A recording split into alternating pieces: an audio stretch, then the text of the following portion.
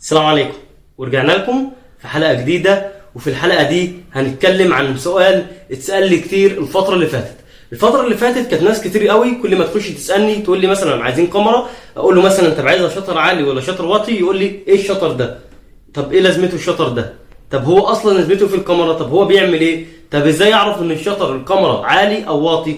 طب ازاي اقيسه؟ حاجات كتير جدا ناس كتير جدا ما تعرفهاش عن الشطر. ناس كتير جدا كمان لما بتيجي تشتري كاميرا بتشتري كاميرا كده وخلاص، ما يعرفش يعني ايه شطر، ما يعرفش يعني ايه لما الشطر بيعلى جودة الصورة بتقل، ما يفهمش يعني ايه شطر، ما يفهمش يعني ازاي يقيس الشطر، ما يفهمش اصلا يعني ايه كلمة شطر. تمام؟ ففي الحلقة دي جايبين معانا كاميرتين نيكون، كاميرا شطر عالي وكاميرا شطر واطي، مع العلم اللي شطرها عالي دي اعلى من الكاميرا اللي شطرها واطي، وهنصور بدي صورة وهنصور بدي صورة ونشوف انهي كاميرا هتطلع جودة صورة اعلى، مع العلم ان الكاميرا اللي شطر عالي هي اعلى من الكاميرا اللي شطر واطي. طبعا في الفيديو ده هنشرح مع بعض الشطر وهنقيس مع بعض الشطر على الموبايل وعلى الكمبيوتر. كل حاجة عن الشطر هنعرفها في الفيديو ده، كل حاجة انت عايز تعرفها عن الشطر. يعني عايز تعرف مثلا الشطر ده لازمته ايه، بيعمل ايه، امتى استفيد منه، امتى ما استفدش منه، لو هشتغل على الوضع المانوال الشطر ده يبقى لازمته ايه على الوضع المانوال. كل حاجة عن الشطر في الفيديو ده هنعرفها، وهقول لك تحديدا لما تيجي تشتري كاميرا ازاي تختار الكاميرا او ازاي تعرف ان الشطر الكاميرا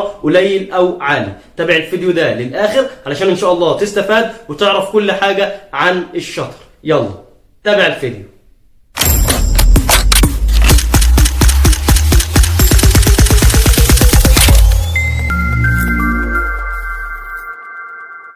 السلام عليكم، ورجعنا لكم في فيديو تاني. بصوا يا جماعة، أول حاجة عايزين نبدأ بالصلاة على النبي، وعايزين كمان نبدأ بدعوة لإخواتنا في غزة لعل الله يرفع عنهم. وخلونا نخش في الشرح على طول ونقول بسم الله الرحمن الرحيم. اول حاجه دي كاميرا نيكون دي 500، حالتها على قدها كده، شطر بتاعها مش عالي قوي ومش واطي قوي، يعني شطرها مثلا في حدود 40,000 شطر. تمام؟ والكاميرا دي 300 شطرها كسر زيرو الكاميرا نفسها. تمام؟ يعني حتى باين عليهم لو قربت الكاميرا دي كده والكاميرا دي كده هتحس ان الكاميرا دي 300 اجدد شويه. تمام؟ لو بصيت كده من ورا هتلاقي ان الزراير هنا بتاعت ال 300 اجدد كتير، ما فيهاش مساحات، ما فيهاش اي حاجه، مع العلم ان في الثلاثه ال 500 في بعض المسح في الزراير بتاعتها. تمام؟ لو بصيت لظهر الكاميرا من تحت هتلاقي برضو ان الكاميرا هنا برضو في ال 300 هتلاقيها احلى شويه من ال 500. تمام؟ طب ايه هو اصلا الشطر ده وازاي اعرف الشطر ده؟ يعني مثلا ازاي اعرف ان الكاميرا دي شطرها عالي ولا شطرها واطي، ولا دي شطرها عالي ولا شطرها واطي، وانا اصلا ايه اللي عرفني؟ تمام؟ مبدئيا الشطر ده هي حاجه اسمها شطر بتبقى جوه الكاميرا دي كده. تمام؟ الشطر دي كده المرايه. تمام؟ اهي دي كده اللي جوه دي المرايه اللي انا هرفعها دي. بصوا دي كده المرايه، واللي جوه ده اللي هي الستاره دي ستاره الشطر اللي جوه دي، واللي وراها حاجه اسمها الشطر. من الاخر كده السنسور ده كله هو ده الجزء اللي مخصص، او ده الجزء الوحيد اللي بيتقال عليه شطر، اللي هو المرايه بالورقه المرايه، الستاره اللي ورا المرايه، بالحاجات دي كلها، الجزء ده كله كده بيتسمى شطر. طب الشطر ده امتى اشتري مثلا كاميرا وامتى ما اشتريش؟ يعني ازاي اعرف ان الشطر ده اصلا او الشطر ده مستخدم كتير او لا؟ بصوا مبدئيا الشطر ده، تمام، خلينا نحل تاني. اول حاجه دي اصلا لازمتهم ايه، او الشطر ده لازمته ايه في اي كاميرا؟ مش لازم في الكاميرات دي بس، لا انا اقصد في اي كاميرا بيكون لازمته ايه الشطر ده. اول حاجه يا جماعه المرايه دي، تمام، دي المسؤوله عن التصوير، دي اللي بتاخد كميه الاضاءه تحطها على السنسور للمرايه، المرايه توديهم للسنسور. تمام؟ والكاميرا تترجم الاضاءه دي على اساس ان هي صوره وتخرجها لكارت الميموري على اساس ان هي صوره. تمام؟ فمبدئيا الجزء اللي قدام اللي هو السنسور اللي بيتسمى السنسور ده اللي مسؤول عن الصور تحديدا اللي بتلقطها الكاميرا. تمام؟ فدي حاجه مهمه جدا. دي لو مش حاجه لو مش حاجه مثلا مهمه كنت هتلاقيها مثلا عادي، ما كانش حد يسأل عليها او كان حد يهتم بيها او عادي. تمام؟ لكن دي اهم جزء في الكاميرا هو الشطر ده. الشطر ده لا يعالي، كل الشطر ده ما بيعلى كل ما جودة الصورة بتاعتك بتقل من الكاميرا. يعني الكاميرا دي لما اكون شاريها جديدة بتطلع معايا جودة صورة عالية. ليه؟ لان الشطر ده لسه ما صورش قبل كده، لسه اول مرة يستخدم، وحتى لو مستخدم مثلا 1000 صورة 2000 صورة 3000 صورة 5000 صورة 10000 صورة، كل ده يبقى لسه الشطر يعتبر في الاول، او لسه الشطر ما اتحرقش كتير او ما حرقش صور كتير. تمام؟ لما الشطر ده الصور فيه لما بيصور صور كتيره، لما بيلقط مثلا من 50,000 صوره وانت طالع، وطبعا بتختلف من الكاميرا للثانيه. يعني مثلا لو هنقارن على الكاميرا الدي 300، دي كاميرا اسمها كروب فريم، والسنسور ده اسمه سنسور كروب فريم، تمام. بيكون حاجه اسمها سنسور فول فريم. السنسور الكروب فريم ده برضه درجات، يعني مثلا في منه 300، في 500، في 5200، في لحد 7500 من النيكون، تمام. طب ايه هو مثلا بالراحه كده السنسور ده يعني في الكاميرا دي تحديدا بيصور لحد كام صوره او بيلقط لحد كام صوره، وبعد كده اقف معايا. بص السنسور ده في الكاميرا الدي 300، تمام، يلقط معاك مثلا لحد 80,000 صوره او لحد 100,000 صوره، ده بالكتير قوي ما يلقطش اكتر من كده، تمام. ليه ما يلقطش اكتر من كده؟ هو يلقط معاك اكتر من كده، ولكن جوده الصوره هتكون قلت جدا، تكاد تكون انت اصلا ما بتصورش بكاميرا، تكاد تكون انت بتصور مثلا بموبايل نوكيا اللي هو القديم، تمام. فطبعا كل الشطر ده ما بيصور كتير، كل ما بيشتغل كتير، كل ما المرايه دي بتشتغل كتير وبتلقط صور كتير، كل ما بتقدم وكل ما الصوره بتاعتها بتقل وحركتها ما بتكونش زي الاول. يعني مثلا انت لما بتكون لسه نشيط ولسه واكل، غير لما بتكون مثلا جعان وهلكان وعايز تاكل عشان تقدر تجدد نشاطك، تمام. وانت جعان غير وانت مش جعان، غير وانت لسه واكل، تمام. هنا فرق كبير. كذلك الامر الكاميرا دي انا جايبها مثلا زيرو، بتكون لسه الكاميرا كويسه جدا، تعرف تصور بيها، بتصور تصوير كويس جدا، بتطلع لك تصوير كويس جدا. لما الشطر بتاعها بيعلى، لما الشطر بتاعها مثلا بتاعها بيعدي 60,000 او 70,000 تحديدا في ال 300، تمام، بتبتدي الكاميرا الجوده بتاعتها تقل جدا. الجوده بتاعتها بتبتدي تقل اصلا من اول 50,000 صوره وانت طالع. هتضطر بقى ان انت تعمل ايه؟ الشطر ده بيتغير عادي، يعني حتى لو مثلا ممكن وارد ان الشطر ده اصلا يتحرق منك من قبل اصلا ما يكمل الشطر ده، او وارد مثلا الشطر ده يبوظ منك انه يخش رملاي. طب ايه اصلا اللي بيخلي الشطر ده يتغير؟ الشطر ده بيتغير عشان طبعا لما بيصور عدد صور كتير والجوده بتاعته بتقل، فبتبتدي ان انت تغير الشطر وتركب شطر تاني يكون لسه جديد علشان خاطر يقدر يطلع لك جوده صوره احلى او جوده صوره عاليه، تمام. دي حاجه. الحاجه الثانيه، في ناس بتكون معاها كاميرا زي دي وبتغير الشطر ده مثلا ممكن بعد 5000 صوره. طب ليه؟ بيكون حد مهمل دايما سايب السنسور ده مفتوح كده، ما بيغطوهوش ما بيحطش عليه حاجه، دايما سايبه مفتوح كده، وارد ان يخش فيه ترابه، يخش فيه رملايه صغيره او اي حاجه تتحشر جوه في المرايه اللي بتطلع دي او في الستاره تبوظ لك الشطر، توقف الشطر، تضطر الكاميرا تغير شطر. طبعا لو انت محافظ على الكاميرا ودايما قافل الغطا بتاع السنسور ده عليها ومحافظ على الكاميرا دايما ما بتخليش فيها اتربه تخشها، فالكاميرا طبعا هتفضل تصور معاك في تحديدا في ال 300 لحد مثلا 100,000 زي ما قلت لك. وبتيجي عند 100,000 بتبتدي ان الكاميرا الشطر ما بيقفش منك، يعني ممكن يكمل معاك لحد 100,000 وممكن يكمل معاك لحد 120,000، بس للاسف جوده الصوره بتكون قلت جدا، بتضطر ان انت تغير الشطر علشان تقدر تكمل تصوير بالكاميرا. في ناس ثانيه بتبتدي ان هي تبيع الكاميرا كلها وتشتري كاميرا ثانيه، تمام. طب ال 300 بقى تصور لحد كام صوره تحديدا؟ 300 مثلا تصور تقريبا لحد 130 صوره. لو انت هتفضل شغال بالشطر ومش هتغيره، وهتقول ان انت مثلا هتعرف تظبط صورتك مثلا ببرنامج او باي حاجه بتعمل انت ايديت للصوره، فالكاميرا تجيب معاك لحد 130,000 صوره. ده بالنسبه لل 300. طبعا في اختلاف، ال 500 مثلا، ال 300 مثلا بيجيب لحد 150,000 مثلا. ال 300 بتكون اعلى في الصور شويه. كل الكاميرا ما عليت، كل ما الموديل الكاميرا علي، كل ما عدد الشطر ده بيكبر، تمام. طبعا زي ما اتفقنا الكاميرا ديت ليها عدد، بس العدد بتاعها ما حدش عارفه قد ايه تحديدا، بس هي تجيب معاك مثلا لحد 150,000 صوره او لحد 130,000 صوره، ما تعديش ال 150، مستحيل تعدي ال 150. حتى لو جابت لحد 150 هتلاقي الشطر لوحده بيقف عند ال 150، بيقوم واقف خالص، بيقول لك خلاص كده انا وقفت، ما عدتش قادر اكمل، انا صورت 150,000 صوره. تضطر غصبا عنك تغير الشطر ده لو انت يعني هتشتغل بالكاميرا زي ما اتفقنا وتعمل ايديت للصوره، تمام. ده بالنسبه مثلا لل 300. لو جبت كاميرا مثلا زي ال 500 هتلاقي مثلا بتصور لحد مثلا 500,000 صوره، تمام. هنا بتصور لحد 150,000، هنا بتصور لحد 500,000. طب ايه الفرق اصلا، وايه اللي بيخلي دي بتصور 15,000 او لحد مثلا 150,000 يا ربي، واللي بيخلي دي تصور مثلا 130,000؟ لان الصوره الكاميرا دي موديل اعلى، تمام، بتصور بميجا بكسل اعلى، فيها طبعا سنسور اعلى، كل حاجه بتكون فيها اعلى شويه. يعني لو جينا بصينا للسنسور هنا هتلاقي ان السنسور هنا نفس السنسور اللي هنا بالظبط، تمام، يكاد تكون ما فيش اي اختلاف في اي حاجه، نفس المرايه نفس كل حاجه. بس طبعا هنا السنسور بيستحمل اكتر عدد صور اكتر. طب ليه بيستحمل عدد صور اكتر؟ لان الكاميرا موديل اعلى، تمام، وغير ما هي موديل اعلى هي كاميرا بتستحمل، هم عاملين لها تصميم الشطر بتاعها يستحمل لحد مثلا 300,000 صوره او لحد مثلا 350,000 صوره. تمام، معلنا من النقطه دي.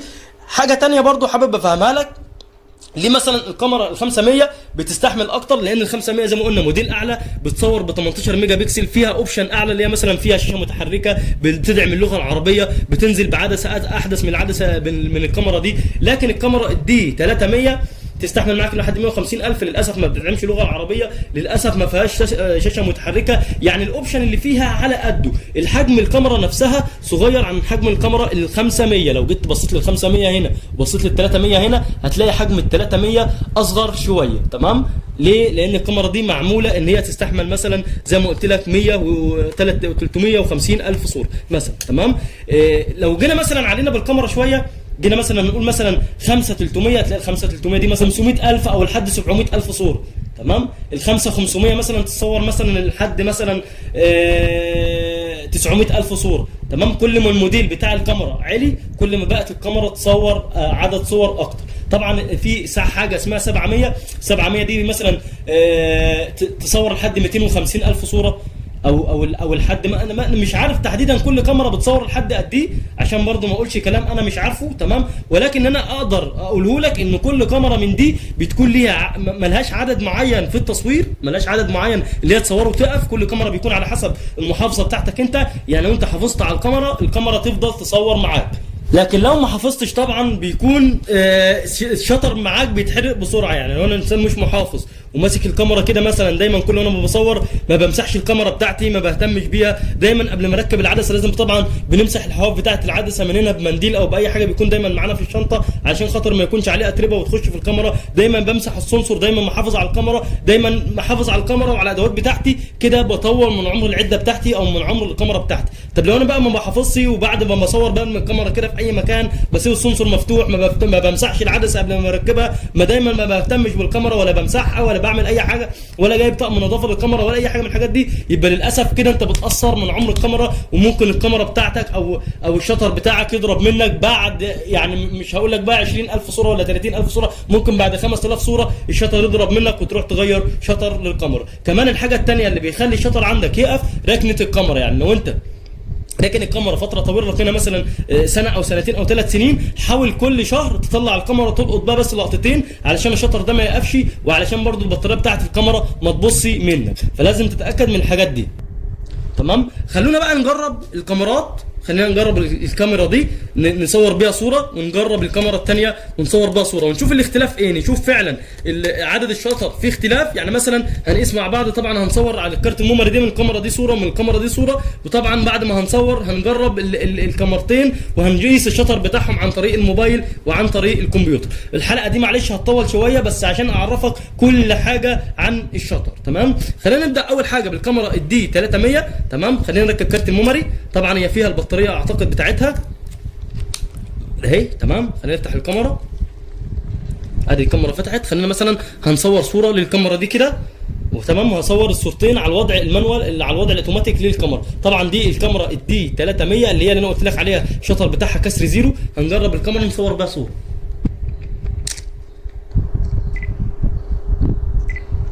طبعا الكاميرا معموله على الوضع المانوال العدسه، هقلبها بس على الوضع الاوتوماتيك، اظبط الصوره بتاعتي.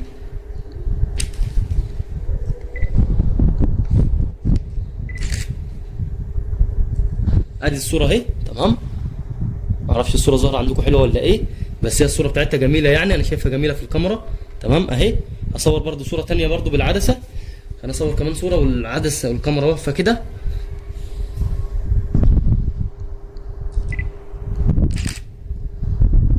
تمام، وادي الصوره الثانيه اهي. تمام اهي. تمام، شايفين الصوره كويس؟ هقارن كده انا اصلا بين الكاميرتين، ادي الصوره اهي. تمام، وخليها كده حطينا الكاميرا دي كده. خلينا نجرب برضو الكاميرا الثانيه، دي الكاميرا الدي الثلاثه ال 500 يا ربي اهي. تمام، خلينا برضو نركب فيها كارت الميموري اهو. تمام، ده كارت ميموري ثاني. خلينا نفتح الشاشه، نفتح الكاميرا، خلينا برضو ناخد لقطه صوره بنفس الصورتين التانيين عشان تبقى انتوا برضو شايفين. برضو خلينا نقلب الكاميرا على الوضع المانوال، الوضع الاوتوماتيك يا ربي. ادي الصوره اهي تمام. طبعا يا جماعه في فرق اختلاف بين الكاميرا ال 500 بتصور ب 16 ميجا بكسل، وطبعا الكاميرا ال 300 بتصور ب 14 ميجا بكسل تمام. وطبعا العدسه دي في الفريم برضه، فاختلاف العدسه برضه هيبقى فرق كبير. خلينا نوقفها كده كمان مره عشان نصور صوره زي التانيين. وادي الصوره الثانيه تمام اهي. الصوره على 500 باينه شويه طبعا تمام، عشان طبعا ال 500 العدسه اللي عليها فول فريم اللي هي العدسه دي عدسه اسمها 1870 حاجه كده فول فريم، حاجه كويسه جدا. فيعني اختلاف العدسه برضو هيبقى مأثر شويه تمام. يعني ممكن نلاقي الصوره هنا على ال 500 ممكن تكون احلى شويه تمام. خلينا نجيب الصوره هنا والصوره هنا، ادي مقارنه الصوره اهي تمام. طبعا انا شايف ان في ال 300 الوان احلى تمام، شايف ان عزل احلى، انت شايف بعينك يعني هنا الالوان اهي قدام منك اهي تمام اهو، شايف دي وشايف دي اهي. معلش بصوا هنا الالوان عامله ازاي في ال 300. طبعا فرق كبير جدا جدا جدا بين الكاميرا دي والكاميرا دي وبين الالوان تمام. مع ان الكاميرا دي اعلى وعليها عدسه اعلى، عليها عدسه 1870 فول فريم، والكاميرا بتصور بميجا بكسل اعلى، يعني بتصور ب 16 ميجا بكسل، دي بتصور ب 14 ميجا بكسل. وطبعا انت قدام منك شايف فرق الصور، فرق الصور طبعا شاسع كبير جدا جدا جدا. خليني برضه اجيب لك الصوره الثانيه، يعني دي صوره اهي، هنجيب الصوره الثانيه اللي قبل كده ونجيب هنا الصوره الثانيه اللي قبل كده اهي. بص الصوره هنا عامله ازاي، هتحس ان هنا الصوره باهته شويه، هنا الصوره الالوان باينه فيها، تفاصيل باينه فيها اكتر احسن من دي، مع ان دي شغاله على الوضع المانوال وعلى الوضع الاوتوماتيك ودي شغاله على الوضع الاوتوماتيك. طب ليه؟ طبعا ايه اللي بيخلي الصوره هنا حلوه على ال 300 وعلى ال 500 الصوره مش حلوه او الصوره مثلا قليله في الجوده؟ طبعا هنا الشطر زي ما قلت لك الشطر هنا اقل بكتير، هنا الشطر بتاع الكاميرا دي كاد يكون مثلا الشطر هنا ممكن اعتقد 7000، لكن هنا الشطر معدي ال 40000. فطبعا كل شطر مع علي زي ما قلت لك الجوده بتقل جدا. بيديك صوره حلوه، لكن انت بعد كده بتضطر ان انت تحط لها ايديت، بتحط لها على الكمبيوتر وتعمل ايديت للصوره وتظبط الالوان وتظبط الحاجات دي كلها. لكن لو بصينا على الكاميرا مباشر، على الصور بتاعت الكاميرا مباشر، هتلاقي ان الصورتين طبعا الصوره بتاعت ال 300 احلى بكتير، وبالنسبه لي ال 300 احلى بكتير برضه كالوان وكشكل في الصوره تمام. ده كده بالنسبه للكاميرتين وبالنسبه لتصويرهم. طب يا جماعه دلوقتي انا عايز اعرف الشطر بتاع الكاميرا دي وعايز اعرف شطر الكاميرا دي، وامتى اصلا اعرف، يعني اعرف منين ان الكاميرا دي شطرها اقل؟ ايه اللي يبينني؟ بصوا مبدئيا في الكاميرا لما بتمسك الكاميرا كده هتحس ان الكاميرا قديمه. يعني ايه هتحس ان الكاميرا قديمه؟ هتبص هنا مثلا هتلاقي في مثلا مكان مسامير مصديه، في مسح في الازرر تمام. الازرر بتاعت الكاميرا كده هتلاقي في بعض مسح زي دي كده. بصوا لو ركزتوا هنا كده هتلاقي ان في مسح جامد جدا في الازرر بتاعت الكاميرا اهي تمام. معلش خلينا نركز كده، بصوا اهي مسح كتير جدا. طبعا الكاميرا باين عليها اصلا ان هي متبهدله، في بعض مسامير مصديه هي زي ما قلت لك. هتلاقي كلمه 300 دي او 500 دي فيها مسح صغير كده هو باين عندنا، لكن عندك انت ما هوش باين. يعني لو جيت قارنا مثلا ال 300 هتلاقي بصوا الكلمه 300 بصوا بتلضي، لكن هنا كده بص ملهاش اي لضا ولا اي حاجه. بصوا هنا بقى، هنا هتلاقي كلمه ال 300 بصوا بتلضي تمام. هنا لو جيت بصيت للكاميرا من تحت هنا ممكن تلاقي بعض مسامير مصديه، وحتى لو ما لقيتش هتلاقي قعر الكاميرا من تحت باين عليه ان هي مستخدمه ومهلوكه شويه. لكن هنا في ال 300 تحس ان الكاميرا بصوا الكاميرا تحس انها جديده، لكن هنا بصوا الكاميرا برضو الزهوه بتاعتها مطفيه كده، يعني ملهاش زهوه تمام. كذلك الامر برضو الكاميرا من فوق كده هتلاقي برضو بعض المسح هنا تمام. لو بصيت هنا كده بصوا اهو هتلاقي هنا في بعض مسح، لكن لو جيت بصيت على الزرار بتاعت الكاميرا دي بصوا كده، لو ركزت في الزراير هتلاقي ان الزرار بتاعتها بصوا ما فيهاش مسح نهائي، ما فيش اي زرار فيه نسبه اي مسح.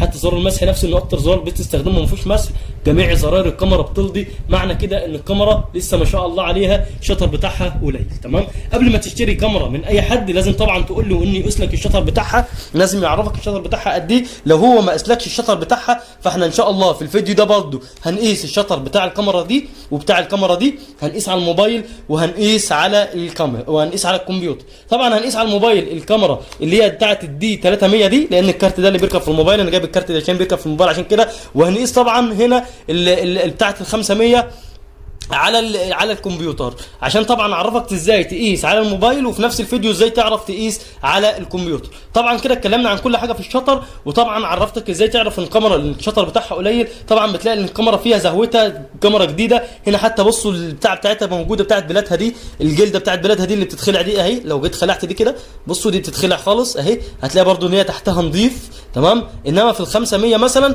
هتلاقي ان هي ما فيهاش الحاجات دي اصلا، لا فيها الجلده دي ولا فيها الجلده اللي فوق. لو جيت بصيت كده بصوا هتلاقي ما فيهاش الجلده اللي فوق ولا فيها الجلده اللي هنا دي تمام اهي. طبعا الجلد لما بيكون متركب بيكون برضه الكاميرا لسه برضه كاس زيرو طبعا مع لمعه الكاميرا. وطبعا لازم تقيس الكاميرا الشطر بتاعها قبل ما تشتريها. طبعا ازاي تقيس الكاميرا على الموبايل؟ طبعا جايب معايا الموبايل اهو، هنركب كارت ميموري في الموبايل ونشوف الشطر تمام. ده الموبايل، هنحط كارت الميموري. انا حطينا كارت الميموري اهو يا جماعه، خلينا نركبه في الموبايل. نفتح الموبايل تمام، لازم تكون متصل بالشبكه. هتخش على جوجل تمام زي كده، هتكتب على جوجل كلمه شطر كاونت تمام. شطر، معلش اسف،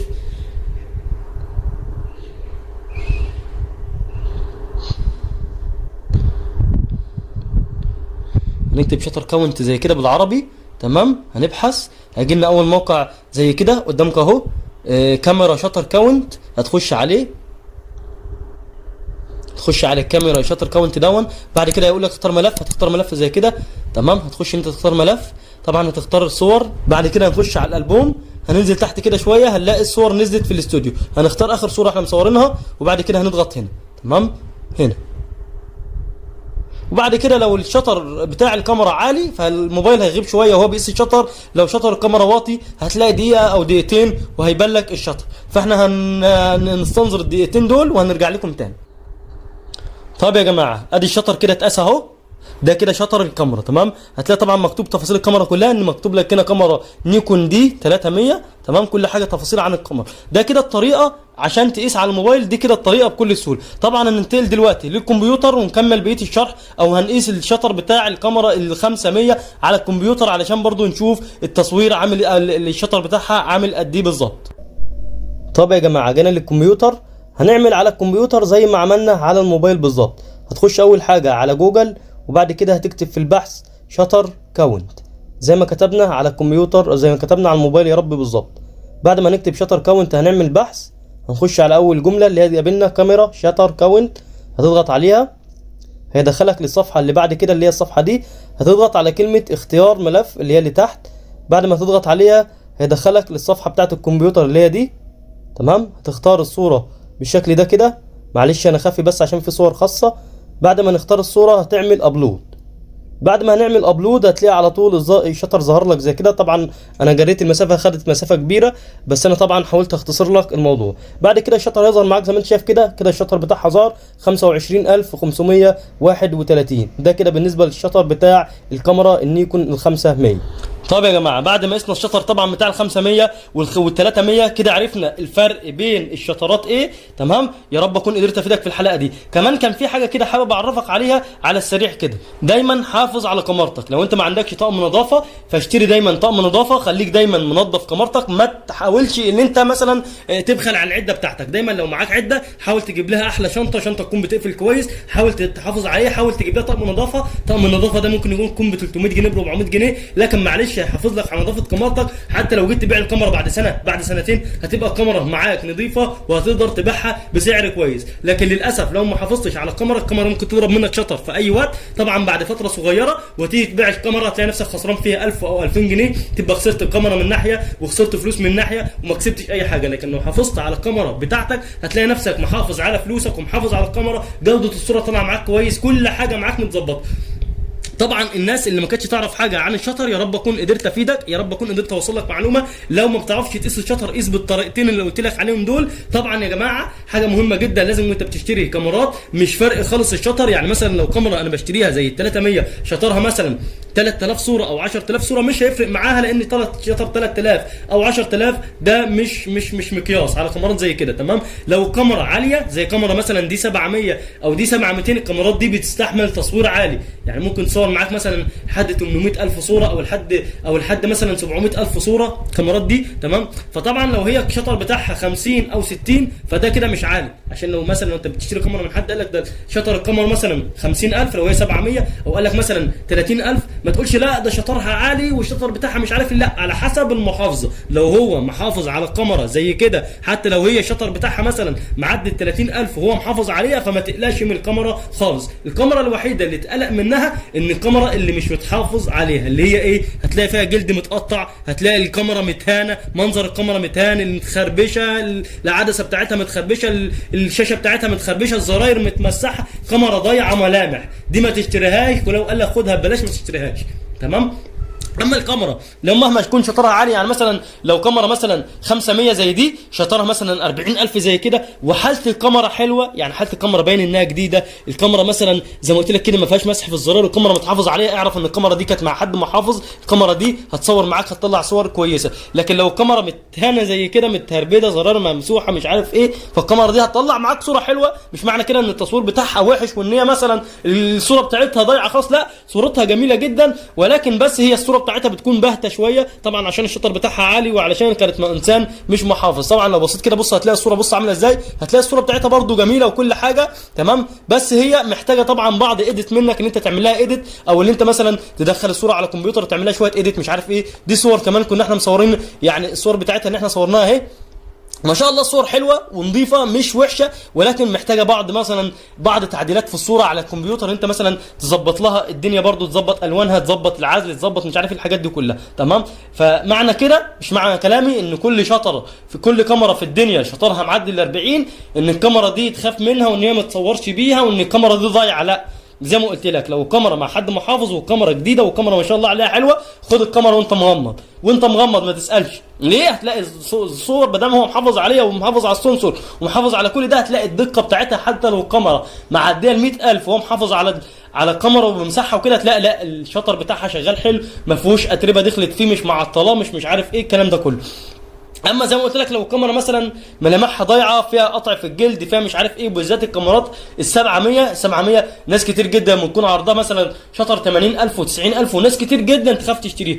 انت خاف تشتريها، ولكن كل حاجه وكل كاميرا بيكون على حسب شطرها بيتقدر سعرها. يعني مثلا لو شطر الكاميرا دي 300 دي شطرها 50000، مش هتكون زي ما هي مثلا 30000، زي ما هي مثلا مش هتكون شطر 7000. يعني مثلا عندي الكاميرا دي شطرها 7000 زي ما انت شايف كده، انا ببيع الكاميرا دي مثلا ب 7000 جنيه مثلا. لو الكاميرا دي شطرها مثلا 40000، مش هتتباع ب 7000 جنيه، هتتباع على قدها برضه، ممكن تتباع لها ب 2000 جنيه 3000 جنيه، علشان هي حالتها برضه او شطرها برضه على قدها. فالكاميرات بتتقاس كده على حسب حالتها وعلى حسب شطرها بيتحدد سعرها. فلو انت برضه مش عارف تحدد شطر الكاميرا اللي معاك، او مش قادر مثلا ان انت تعرف تساوي لها كام، ممكن تسيب لي كومنت هنا في الفيديو ده، تسيب لي كومنت بالحاجه اللي انت عايز تعرفها، وان شاء الله اجاوبك عليها. قول لي مثلا شطر معايا الكاميرا كذا وحالتها كذا كذا، ابعت لي صوره مثلا على الواتساب، هنسيب لكم الرقم بتاعنا هنا، وان شاء الله هرد عليك في اسرع وقت. طبعا يا رب اكون قدرت افدتكم، يا رب اكون قدرت افيدكم ببعض حاجات برضه تنفعكم في شغلكم، وتنفعك وانت بتشتري، وتنفعك وانت بتبيع الكاميرا بتاعتك. حاجه مهمه جدا لازم تاخد بالك منها وانت بتشتري الكاميرات، لابد الكاميرا يكون معاها كل حاجتها الاصليه، زي بطاريه، زي شاحن، زي اي حاجه اصليه. الكاميرا لو ما لقيتش معاها حاجه اصليه، اعرف ان الكاميرا برده ممكن تكون شغاله كتير، وصاحبها من كتر ما اشتغلت الشاحن منه ضاع، اللي مش عارف ايه منه ضاع، وجاب لها حاجه كوبي. يا رب اكون قدرت افيدك، ولو وصلت معايا لحد هنا قول لي كنت عارف ان الحاجات دي، او كنت تعرف ان شطر الكاميرا قد ايه، كنت بتعرف مثلا تقيس شطر الكاميرا، كنت بتعرف مثلا لو الكاميرا مصوره كتير بتبقى دي مثلا حاجه مش كويسه، كنت مثلا عارف ان الكاميرا كل ما زاد شطرها كل ما جوده الصوره فيها قلت. يا ترى كنت عارف الحاجات دي كلها ولا ما كنتش تعرف؟ لو اول مره تعرف الحاجات دي سيب كومنت، ادعمني بكومنت كويس عشان اقدر اكمل في المحتوى. انا اسمي نادر علي، بقدم محتوى عن الكاميرات، عندي كمان ببيع وبشتري كاميرات. فلو انت عندك اي سؤال سيبه لنا في كومنت، وان شاء الله هنطلع نجاوب عليه. معظم الحلقات اللي بنعملها بنكون واخدينها من تعليقاتكم. لحد هنا صلوا على النبي.